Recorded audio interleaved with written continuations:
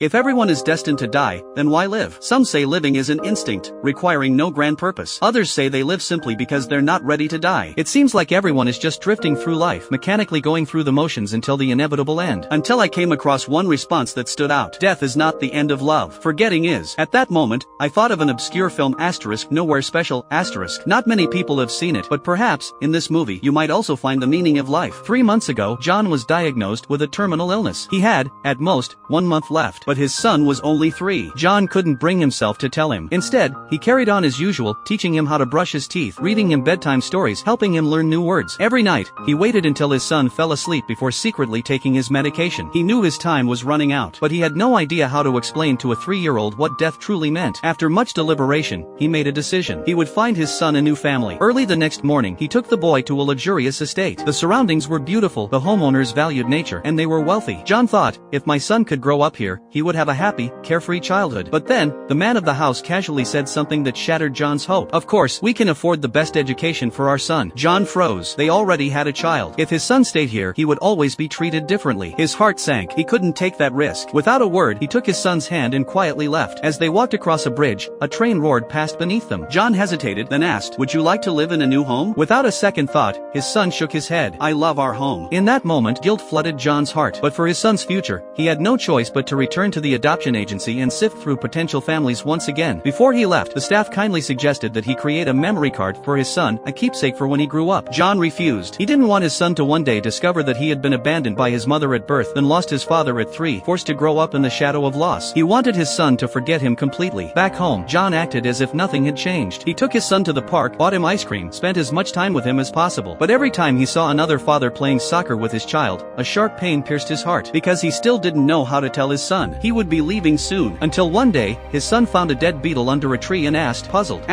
"Why isn't it moving?"